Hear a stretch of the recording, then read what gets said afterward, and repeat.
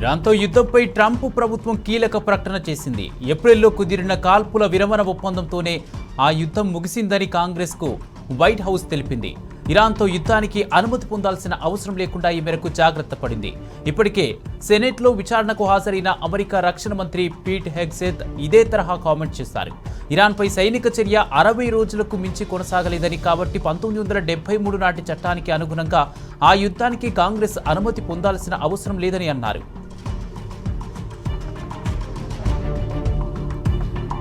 Gas cylinder ధరల పెంపుపై మండిపడ్డారు BRS working president KTR. పెంచిన గ్యాస్ సిలిండర్ ధరలను కేంద్ర ప్రభుత్వం వెంటనే వెనక్కి తీసుకోవాలని డిమాండ్ చేశారు. సిలిండర్ ధరలను పెంచి కేంద్రం సామాన్యుడిని నడ్డి విరుస్తున్నదని ధ్వజమెత్తారు. చరిత్రలో ఎప్పుడూ లేని విధంగా సిలిండర్ ధరను మోడీ ప్రభుత్వం 1000 రూపాయలు పెంచిందని మండిపడ్డారు. సిలిండర్ ధర పెంపుతో హోటల్ కార్మికులకు, సామాన్యులకు తీవ్ర ఇబ్బందులు తప్పవన్నారు. మేడే రోజున సిలిండర్ ధరలను పెంచడం దుర్మార్గమన్నారు కేటీఆర్. శ్రమజీవులంటే కేసీఆర్కు ఎంతో గౌరవమన్నారు కేటీఆర్. భవన నిర్మాణ కార్మికుల సంక్షేమ బోర్డు, లేబర్ వెల్ఫేర్ బోర్డు 27 లక్షల మంది కార్మికుల కోసం సంక్షేమ కార్యక్రమాలు చేశారని గుర్తు చేశారు. కానీ ఇప్పుడున్నది తులం బంగారం ఇచ్చే బ్యాచ్ కాదు, మెడలో పుస్తెలతాళ్లు ఎత్తుకెళ్లే బ్యాచ్ అని విమర్శలు గుప్పించారు కేటీఆర్. కాంగ్రెస్ పాలనలో 180 మంది ఆటో డ్రైవర్లు ఆత్మహత్యలు చేసుకున్నారని కేటీఆర్ ఆవేదన వ్యక్తం చేశారు. వారి లిస్టు ప్రభుత్వానికి ఇచ్చినా పట్టించుకోలేదన్నారు. ఆశాలు, అంగన్వాడీలపై లాఠీ చార్జీలు చేసిన దుర్మార్గ ప్రభుత్వం ఇదని మండిపడ్డారు. కార్మిక లోకానికి ఆయన మేడే శుభాకాంక్షలు తెలిపారు.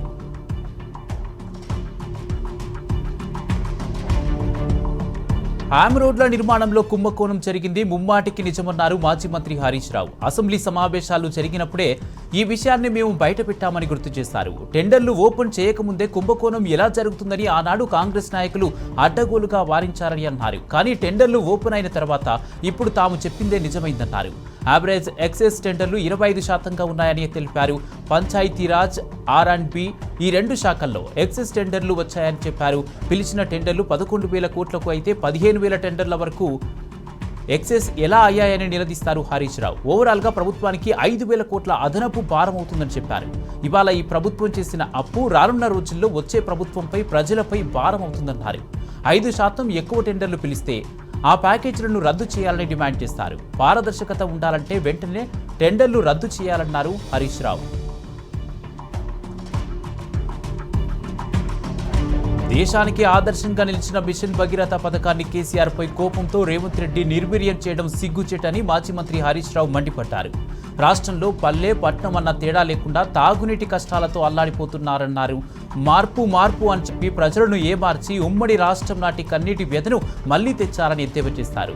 పత్రికల్లో వచ్చిన ఇంటికో కథ, తాగునీటి వ్యధ కథనం రేవంత్ రెడ్డికి అంకితమిస్తూ హరీష్ రావు ట్వీట్ చేశారు.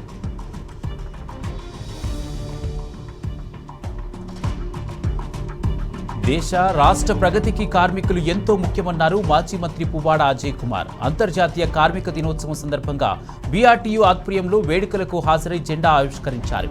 అనేక రంగాల్లో కార్మికులు తమ చెమటను చిందించి పనిచేస్తున్నారన్నారు. కార్మికులు పనిచేయడం ఆపేస్తే మొత్తం ప్రపంచం స్తంభిస్తుందన్నారు పువ్వాడ అజయ్ కుమార్. కార్మికుల త్యాగాలు, వాళ్ళ కష్టాన్ని యావత్ సమాజం గుర్తించాల్సిన అవసరం ఉందన్నారు.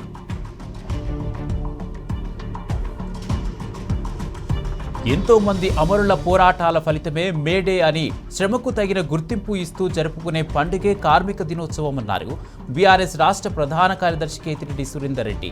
మంచిర్యాల జిల్లా నస్పూర్లో మేడే వేడుకను ఘనంగా జరుపుకున్నారు. అమరవీరుల స్తూపం వద్ద నివాళులర్పించి జెండా ఎగురవేశారు. సింగరేణి కార్మికుల సాధనకై టీబీజీకేఎస్ కార్మిక సంఘం నిరంతరం అండగా ఉంటుందని అన్నారు. జాతీయ కార్మిక సంఘాలు పోగొట్టిన వారసత్వ ఉద్యోగాలను మెడికల్ బోర్డు పేరుతో మళ్లీ ఇప్పించిన ఘనత టీబీజీకేఎస్కే దక్కుతుందని తెలిపారు. మేడే స్ఫూర్తితో కోట్లాడి ఆటో కార్మికులకు రోడ్డున పడేసిన రేవంత్ సర్కారుకు చర్మగీతం పాడతామన్నారు బీఆర్టీయూ ప్రధాన కార్యదర్శి, ఆటో యూనియన్ అధ్యక్షుడు వేముల మారయ్య. హైదరాబాద్ నాచారంలో బీఆర్ఎస్ ట్రేడ్ యూనియన్ ఆధ్వర్యంలో నిర్వహించిన కార్యక్రమంలో మారయ్య జెండా ఆవిష్కరించారు. కేంద్ర రాష్ట్ర ప్రభుత్వాల నిర్లక్ష్యం వల్ల విపరీతమైన గ్యాస్ కొరతతో ఆటో కార్మికులు ఇబ్బందులు ఎదుర్కొంటున్నారన్నారు.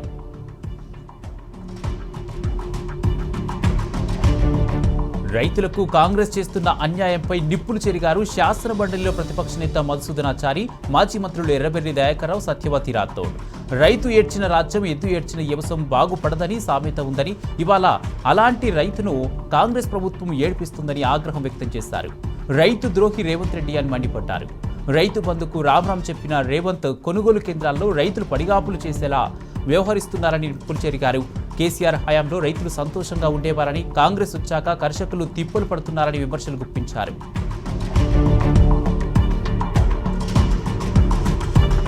మహబూబాబాద్ జిల్లా నరసింహులపేట మండల కేంద్రంలోని మక్క కొనుగోలు కేంద్రాన్ని మాజీ మంత్రి సత్యవతి రాథోడ్ పరిశీలించారు. మక్క కొనుగోలును త్వరితగతిన చేపట్టడంతో పాటు కేంద్రాల్లోని సమస్యలను వెంటనే పరిష్కరించాలని ఆమె డిమాండ్ చేశారు. గన్ని సంచులు లేక రైతులు ఇబ్బందులు పడుతుంటే అధికారులు తమకేమీ పట్టనట్టు వ్యవహరిస్తున్నారని ఆమె ఆగ్రహం వ్యక్తం చేశారు.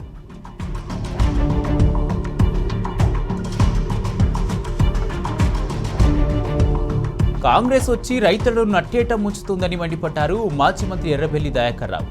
రేవంత్ రెడ్డి పాలనలో కాంటాలు పెట్టక, లారీలు రాక, గన్ని బ్యాగుల కొరతతో రైతులు అరిగోసపడుతున్నారని ధ్వజమెత్తారు. రైతులెవరూ ప్రైవేటు దళాలను నమ్మి మోసపోవద్దని అన్నారు. ఓవైపు గన్ని బ్యాగుల కొరత, మరోవైపు పండించిన ధాన్యం ప్రభుత్వం కొనే పరిస్థితి లేక రైతులు 600 రూపాయల నష్టానికే దళారులకు అమ్ముకుంటున్నారని ఆరోపించారు.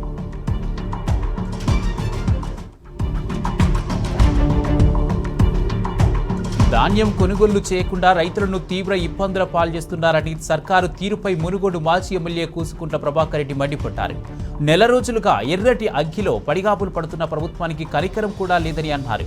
నల్గొండ జిల్లా చండూరు మండలం గుండ్రపల్లిలో ఐకేపీ కొనుగోలు కేంద్రాన్ని కూసుకుంట్ల ప్రభాకర్ రెడ్డి పరిశీలించారు. ధాన్యం కొనుగోలు సరిగ్గా జరగడం లేదని ధర్నా నిర్వహించారు. మునుగోడు ఎమ్మెల్యే రాజగోపాల్ రెడ్డికి మంత్రి పదవి పిచ్చి తప్ప రైతుల పాదులు పట్టడం లేదని విమర్శించారు.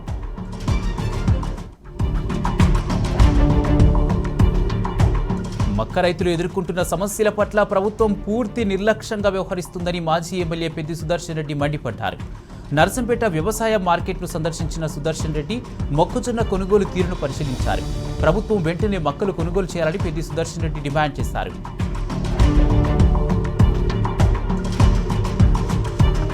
ఆరుగాలం కష్టపడి పండించిన వరి ధాన్యాన్ని ఐకేపీ సెంటర్లలో ఆరబోసి అమ్ముకుందామంటే అనేక ఇబ్బందులు తలెత్తుతున్నాయని సిద్దిపేట జిల్లా దుబ్బాక రైతులు వాపోతున్నారు. రైస్ మిల్లర్లు క్వింటాలకు 5 కిలోల తరుగు ఇస్తేనే కొనుగోలు చేస్తామనడంతో రైతులు ఆగ్రహం వ్యక్తం చేస్తున్నారు. బేషరతుగా ధాన్యాన్ని కొనుగోలు చేయకపోతే కలెక్టర్ కార్యాలయాన్ని ముట్టడిస్తామని రైతులు హెచ్చరిస్తున్నారు.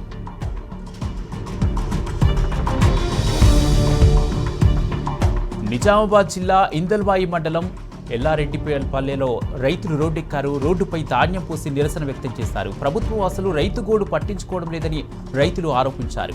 ప్రభుత్వ వ్యతిరేక నినాదాలతో ఆ ప్రాంతం హోరెత్తింది. వంట వార్పులతో రహదారిని దిగ్బంధించారు. దీంతో గంటల కొద్దీ వాహనాలు ఎక్కడికక్కడే నిలిచిపోయాయి. ధాన్యం కొనుగోలుపై జాప్యం జరుగుతుందని ఎల్లారెడ్డిపల్లి సర్పంచ్ భర్త మఠం శేఖర్ ఆత్మహత్యత్నానికి పాల్పడ్డాడు. పంట కొనుగోలులో రేవంత్ సర్కారు జాప్యం చేస్తుందని ఆరోపించారు. ఈ క్రమంలో పోలీసులు రైతులను చెదరగొట్టేందుకు ప్రయత్నించారు. రైతు డిక్లరేషన్ పేరిట రైతులకు అనేక హామీలిచ్చి కాంగ్రెస్ తీరని మోసం చేసిందని మండిపడ్డారు ముఖారకే రైతులు. రేవంత్ పోవాలి, కేసీఆర్ రావాలి అంటూ నినాదాలు చేశారు. మే 6న వరంగల్లో జరిగే బీఆర్ఎస్ రైతు సభకు జొన్న పంట ద్వారా వచ్చిన 51,000 రూపాయలను విరాళంగా ఇచ్చారు. వరంగల్ సభ కేవలం బీఆర్ఎస్ పార్టీ సభ కాదని తెలంగాణ రైతులందరి సభ అన్నారు మాజీ ఎంపీటీసీ గాడ్గే సుభాష్. రైతు రుణమాఫీ చేయకుండా, రైతు భరోసా ఇవ్వకుండా మోసం చేసిందని ఫైర్ అయ్యారు. మళ్లీ రైతులకు మంచి రోజులు రావాలంటే కేసీఆర్ పాలన రావాలన్నారు.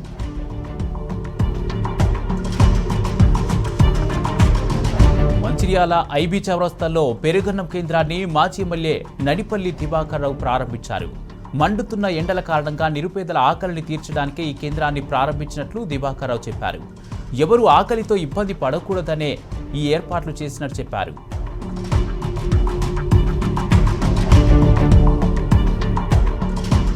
రేవంత్ రెడ్డిది ప్రజాపాలన కాదు, దగాపాలన అని ధ్వజమెత్తారు నిరుద్యోగులు. 2.5 ఏళ్లుగా ఒక్క నోటిఫికేషన్ ఇవ్వలేదని, ఇప్పటికే 20 మంది నిరుద్యోగులు ఆత్మహత్య చేసుకున్నారని విరుచుకుపడ్డారు. నిరుద్యోగులకు ఇచ్చిన ఒక్క హామీ కూడా కాంగ్రెస్ ప్రభుత్వం నెరవేర్చలేదని విమర్శించారు. అశోక్ నగర్ వచ్చి హామీలు ఇచ్చిన రాహుల్ గాంధీ ఇప్పుడు ఎక్కడున్నారని ప్రశ్నించారు. ప్రభుత్వం జూన్ 2లోగా జీవో నెంబర్ 108, 29, 46, 30లను రద్దు చేయాలని, వెంటనే ఉద్యోగ నోటిఫికేషన్ విడుదల చేయాలని కోరారు. లేని పక్షంలో సీఎం రేవంత్ రెడ్డి ఇంటిని, సచివాలయాన్ని ముట్టడిస్తామని హెచ్చరించారు. ఫీజు రీయింబర్స్మెంట్ బకాయిలు వెంటనే విడుదల చేయాలని డిమాండ్ చేస్తూ విద్యార్థులు రోడ్డెక్కారు. బీసీ విద్యార్థి జేఏసీ అధ్యక్షుడు వేముల రామకృష్ణ ఆధ్వర్యంలో రోడ్డుపై బైఠాయించి ప్రభుత్వానికి వ్యతిరేకంగా పెద్ద ఎత్తున నినాదాలు చేస్తూ నిరసన తెలిపారు. GO number 7 ప్రతులను చించివేశారు. లక్షలాది మంది విద్యార్థులతో రేవంత్ సర్కారు చెలగాటమాడుతుందని మండిపడ్డారు. ప్రభుత్వం తక్షణమే గ్రీన్ ఛానల్ పద్ధతిలో ఫీజు రీయింబర్స్మెంట్ బకాయిలు విడుదల చేయకపోతే ఢిల్లీలోని రాహుల్ గాంధీ ఇంటిని ముట్టడిస్తామని హెచ్చరించారు.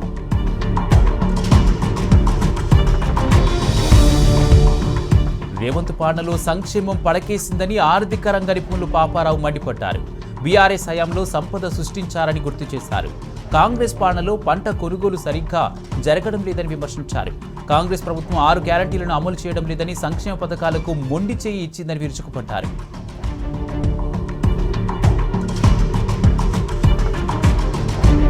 రేవంత్ సర్కారుపై మాజీ మంత్రి పువ్వాడ అజయ్ తీవ్ర స్థాయిలో విరుచుకుపడ్డారు. భద్రాచలంలో ఇసుక మాఫియా రెచ్చిపోతుందని మండిపడ్డారు.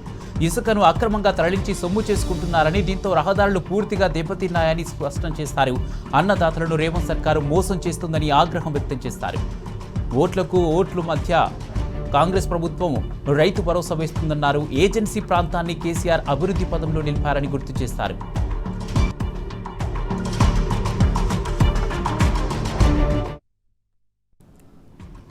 Welcome back to morning express.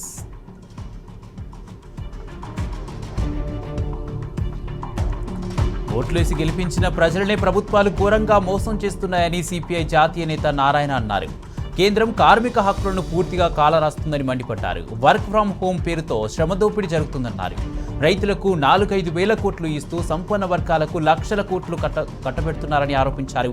ఇటీవల జరిగిన అసెంబ్లీ ఎన్నికల్లో తమిళనాడు, పశ్చిమ బెంగాల్, కేరళలో భాజపా గెలిచే అవకాశం లేదన్నారు. పశ్చిమ బెంగాల్లో స్వల్ప మెజారిటీతో మమతా బెనర్జీ విజయం సాధించే అవకాశం ఉందని నారాయణ జోస్యం చెప్పారు.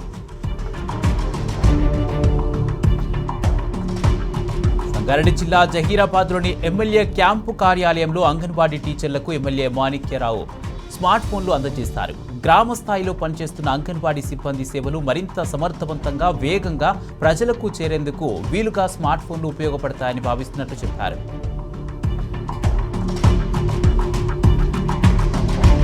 ఖమ్మం జిల్లా కూసుమంచి మండలం పాలేరు గ్రామంలో నిర్వహించిన ప్రజా దర్బారులో ఆసక్తికర ఘటన చోటు చేసుకుంది. ప్రతి పేదోడికి ఇందిరమ్మ ఇల్లు ఇస్తామని కాంగ్రెస్ సర్కారు గొప్పలు చెప్పుకుంటుంది. కానీ వాస్తవ పరిస్థితులు మాత్రం అందుకు భిన్నంగా ఉన్నాయి. కాంగ్రెస్ నాయకులు, కార్యకర్తలు, వాళ్ళ బంధువులైతే చాలు ఇందిరమ్మ ఇల్లు మంజూరైపోతాయి. మంత్రి పొంగిరెడ్డి సమక్షంలోని లబ్ధిదారు లీలమ్మ చెప్పిన కుటుంబం గురించి తెలిస్తే అంతా ముక్కున వేలేసుకోవాల్సిందే. ఆమె చెప్పింది విని సభపై ఉన్న నాయకులు కూడా అవాక్కయ్యారు.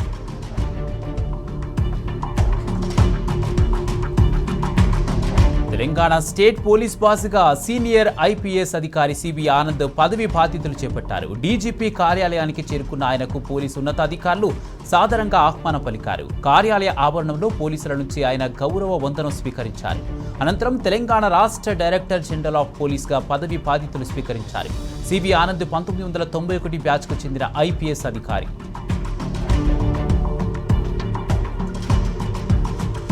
మల్కాజిగిరి కమిషనరేట్ నూతన పోలీస్ కమిషనర్గా సుమతి బాధ్యతలు స్వీకరించారు. మల్కాజిగిరి పోలీస్ కమిషనరేట్కు శాంతియుత కమిషనరేట్గా పేరుందని, ఆ పేరును నిలబెట్టుకునేందుకు తన వంతు కృషి చేస్తారని అన్నారు సుమతి. ముఖ్యంగా ట్రాఫిక్ నియంత్రణపై దృష్టి సారిస్తామని అన్నారు. సైబర్ మోసాలను అరికట్టేందుకు అన్ని రకాలుగా ప్రయత్నిస్తామని చెప్పారు సుమతి. మల్కాజిగిరి కమిషనరేట్లో మొట్టమొదటి మహిళా కమిషనర్గా తనకు అవకాశం రావడం పట్ల ఆమె ఆనందం వ్యక్తం చేశారు. ఫ్యూచర్ సిటీ నూతన పోలీస్ కమిషనర్గా డాక్టర్ తరుణ్ జోషి బాధ్యతలు స్వీకరించారు. నూతనంగా ఏర్పడ్డ ఫ్యూచర్ సిటీలో తాము అనుసరించాల్సిన బాధ్యతలు చాలానే ఉన్నాయని అన్నారు. అభివృద్ధి చెందుతున్న ఈ ప్రాంత ప్రజలందరికీ అన్ని రకాలుగా అందుబాటులో ఉంటామన్నారు.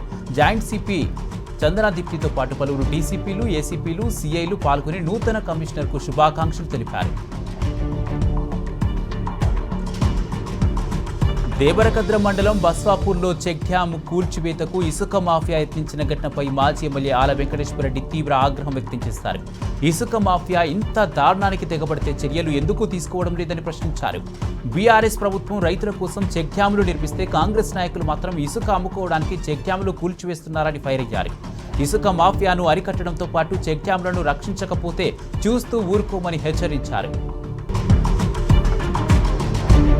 నల్గొండ జిల్లా చిట్యాల మండలం వెలిమినేడులో పెను ప్రమాదం జరిగింది. గ్రామ శివార్లోని నోష్ ఫార్మా ల్యాబ్ బ్లాక్ 3లో ఒక్కసారిగా రియాక్టర్ పేలిపోవడంతో ఇద్దరు తీవ్రంగా గాయపడ్డారు. వీరిలో ఒకరి పరిస్థితి విషమంగా ఉంది. ఇదే ఫార్మా కంపెనీలో గత నెలలో 2వ బ్లాక్లో కూడా ఓ రియాక్టర్ పేలింది. ఆ ఘటనలో కూడా కొందరు గాయపడ్డారు. 20 రోజుల వ్యవధిలో మళ్లీ పేలుడు జరగడం పట్ల సర్వత్రా భయాందోళనలు వ్యక్తమవుతున్నాయి. మేడే రోజు పేలుడు సంభవించడం పట్ల కార్మికులు ఆందోళన వ్యక్తం చేస్తున్నారు.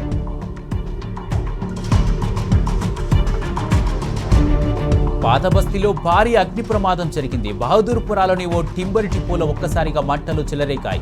పెద్ద ఎత్తున మంటలు ఎగిసిపడడంతో ఫైర్ సిబ్బంది 4 ఫైర్ ఇంజిన్లతో ఘటనా స్థలానికి చేరుకొని మంటలను అదుపు చేసింది. ప్రమాదంతో చుట్టుపక్కల ప్రాంతాలన్నీ పొగతో కమ్ముకున్నాయి. భయంతో జనం పరుగులు పెట్టారు.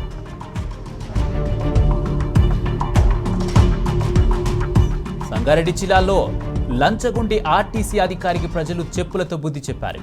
నారాయణఖేడ్ డిపోకు చెందిన ఆర్టీసీ బస్సులో రాయకోడ్ బస్టాండ్ వద్ద చెకింగ్ అధికారి తనిఖీలు చేపట్టారు. అయితే ఒక ప్రయాణికుడు టికెట్ లేకుండా వస్తున్నట్లు అధికారి ప్రకాష్ గుర్తించాడు. ప్రయాణికుడికి జరిమానాతో పాటు కండక్టర్కు ఛార్జ్ మెమో ఇవ్వకుండా ఉండేందుకు చెకింగ్ అధికారి లంచం డిమాండ్ చేశాడు. దీంతో మండిపడిన ప్రయాణికులు బస్ కండక్టర్ పోలీస్ స్టేషన్ సమీపంలో అధికారి వాహనాన్ని అడ్డుకున్నారు. అధికారితో వాగ్వాదానికి దిగారు. అంతటితో ఆగకుండా అధికారి ప్రకాష్ పై చెప్పులతో దాడి చేస్తారు. విద్యుత్ వైర్లు మోటార్లను ఎత్తుకెళ్తున్న దొంగల్లో ఆట కట్టించారు. భూపాలపల్లి మండలం నేరడుపల్లి గ్రామ రైతులు. మొరంచా వాగు పరిసర ప్రాంతాల్లోని వ్యవసాయ బావుల వద్ద దొంగల సమస్యకు చెక్ పెట్టేందుకు పొలాల వద్ద హైటెక్ సీసీ కెమెరాలను ఏర్పాటు చేశారు. అయినా మళ్లీ చోరీకి యత్నం జరగడంతో అప్రమత్తమైన రైతులు వెంటాడి దొంగలను పట్టుకున్నారు.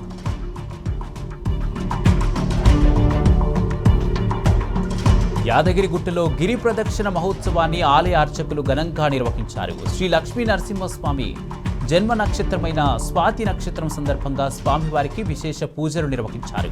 అనంతరం వైకుంఠం ద్వారా ప్రత్యేక పూజలు నిర్వహించి గిరి ప్రదక్షిణ ప్రారంభించారు. భక్తుల జయధ్వనుల యాదాద్రి గిరుల్లో ప్రతిధ్వనించాయి. గోవింద నామస్మరణలతో పెద్ద సంఖ్యలో భక్తులు గిరి ప్రదక్షిణలో పాల్గొన్నారు.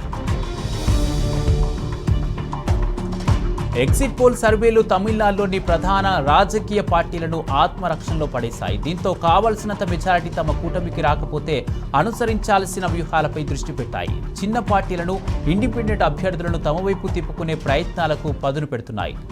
రిసార్ట్స్ రాజకీయాలకు కూడా సన్నద్ధమవుతున్నాయి. 234 స్థానాల్లో ఒంటరిగా పోటీ చేసిన తమిళగ వెట్రి కళగం సపోర్ట్ కోసం ఎన్డీఏ తన వంతు ప్రయత్నాలు ప్రారంభించింది. తమ పార్టీ అభ్యర్థులను కట్టడి చేసేందుకు టీవీకే అధినేత విజయ్ ముందు చూపుతో వ్యవహరిస్తున్నారని భావిస్తున్నారు. డీఎంకే ఒకంత ధైర్యంగా ఉన్న లోపల తెలియని భయం గూడు కట్టుకుంటుంది. దీంతో ఎవరి వ్యూహాల్లో వారు తలమునకలవుతున్నారు. పంజాబ్లో ఆ పరిస్థితి అగమ్య గోచరంగా మారింది. ఇప్పటికే 7 రాజ్యసభ సభ్యులను కోల్పోయి పీకల్లుతు కష్టాల్లో ఉన్న ఆమ్ ఆద్మీ పార్టీకి మరో బిగ్ షాక్ తగిలింది. మేడే రోజున నిర్వహించిన అసెంబ్లీ ప్రత్యేక సమావేశాలు సెన్సేషనల్ అవుతున్నాయి. సమావేశానికి సీఎం భగవంత్ మాన్ మద్యం సేవించి సభకు హాజరయ్యారంటూ ప్రతిపక్షాలు ఆరోపిస్తున్నాయి. దీంతో పంజాబ్ అసెంబ్లీలో ఉద్రిక్తతలు చెలరేగాయి. ముఖ్యమంత్రి మద్యం మత్తులో అసెంబ్లీకి వచ్చారని కాంగ్రెస్ ఎమ్మెల్యే ఆరోపించడంతో వివాదం ఏర్పడింది. ఎమ్మెల్యేలందరికీ ఆల్కహాల్ మీటర్ టెస్ట్ నిర్వహించాలని ప్రతిపక్ష నాయకుడు ప్రతాప్ సింగ్ బాజ్పా డిమాండ్ చేశారు. మధ్యప్రదేశ్లోని బర్కీ డ్యాంలో పర్యాటకుల విహారయాత్ర విషాదాంతంగా మారింది. జబల్పూర్ జిల్లాలో నర్మదా నదిపై ఉన్న ఈ డ్యాంలో పర్యాటకులతో బయలుదేరిన క్రూయిజ్ పడవ బోల్తా పడి 9 మంది మరణించారు. ఈదురుగాళ్లతో డ్యాం నీళ్లలో భారీగా అలలు ఎగసిపడడంతో పడవ అదుపు తప్పి నీట మునిగిపోయింది. మొత్తం 30 మంది టూరిస్టులతో పడవ బయలుదేరగా లైఫ్ జాకెట్లు ఉండడంతో 15 మంది ఈత కొడుతూ ఒడ్డుకు చేరుకున్నారు. మిగిలిన వారంతా గల్లంతు కాగా ఎన్డీఆర్ఎఫ్ బృందాలు రెస్క్యూ ఆపరేషన్లో పాల్గొన్నాయి. ఇప్పటి వరకు 9 మంది మృతదేహాలను వెలికితీశారు. బోల్తా పడిన క్రూయిజ్ పోర్టు లోపల పర్యాటకులు ఇరుక్కుపోయి ఉండడం వల్లే రెస్క్యూ ఆపరేషన్ నెమ్మదిగా సాగుతుందని చెబుతున్నారు. కేరళలోని కిడంగూరు మహావిష్ణు ఆలయ ఉత్సవాల్లో ఓ గజరాజు నానా బీభత్సం సృష్టించింది. మేళాలు, జనం సందడికి బెంబలెత్తిన గజరాజు ఒక్కసారిగా అదుపు తప్పింది. కోపంతో అక్కడున్న వాహనాలపై దాడి చేసింది. ఒక కారు స్కూటర్ను తొండంతో ఎత్తి అవతల పడేసింది. ఈ ప్రమాదంలో ఒకరు మృతి చెందగా మరొకరికి తీవ్ర గాయాలయ్యాయి. కొద్దిసేపటికి రంగంలోకి దిగిన రెస్క్యూ బృందాలు గజరాజును అదుపులోకి తీసుకున్నాయి.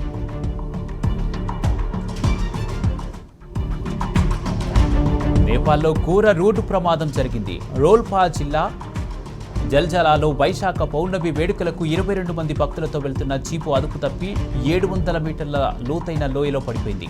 ఈ ప్రమాదంలో 20 మంది ప్రాణాలు కోల్పోయారు. ఈ ఘటనపై సమాచారం అందుకున్న వెంటనే పోలీసులు స్పాట్కు చేరుకొని సహాయక చర్యలు మొదలుపెట్టారు. తీవ్రంగా గాయపడిన ఇద్దరిని ఆసుపత్రికి తరలించారు. అయితే క్షతగాత్రుల పరిస్థితి విషమంగా ఉండడంతో మృతుల సంఖ్య పెరిగే అవకాశం ఉంది. రోల్పా జిల్లాలో కురుస్తున్న భారీ వర్షాల కారణంగా రోడ్డుపై బురద పేరుకుపోవడంతో ఈ ప్రమాదం జరిగినట్లు పోలీసులు భావిస్తున్నారు. ఈ సీజన్ ఐపీఎల్లో హ్యాట్రిక్ పరాజయాల తర్వాత ఢిల్లీ క్యాపిటల్స్ విజయాన్ని అందుకుంది. రాజస్థాన్ రాయల్స్తో జరిగిన మ్యాచ్లో 7 వికెట్ల తేడాతో గెలిచింది. ఓపెనర్లు కేఎల్ రాహుల్, నిశాంకతో పాటు నితీష్ రాణా మెరుపులతో 226 పరుగుల లక్ష్యాన్ని డీసీ ఛేదించింది. మొదట రాజస్థాన్ 6 వికెట్లకు 225 పరుగులు చేసింది. పరాగ్ 90 పరుగులు, పెరేరా 47 రన్స్తో విధ్వంసకర ఇన్నింగ్స్ ఆడారు. ఇక సీజన్లో తొలి మ్యాచ్ ఆడిన మిచెల్ స్టార్క్ సత్తా చాటాడు. ఢిల్లీకి 9 మ్యాచ్ల్లో ఇది 4వ విజయం కాగా 10వ మ్యాచ్ ఆడిన రాజస్థాన్ 4వ ఓటమిని ఖాతాలో వేసుకుంది. 7 ఏళ్ల బుడతడు ప్రపంచ రికార్డు నెలకొల్పాడు. 29 కిలోమీటర్లున్న పాల్కస్ జలసంధిని కేవలం 9 గంటల 50 నిమిషాల్లోనే ఇది సరికొత్త రికార్డు నెలకొల్పాడు. జార్ఖండ్లోని రాంచీకి చెందిన ఇషాంక్ సింగ్ శ్రీలంక నుండి తమిళనాడులోని ధనుష్కోటి వరకు ఇది అందరినీ ఆశ్చర్యపరిచాడు. దీంతో అతి పిన్న వయసులో ఈ ఘనత సాధించిన యంగెస్ట్ స్విమ్మర్గా యూనివర్సల్ రికార్డులో స్థానాన్ని సంపాదించుకున్నాడు.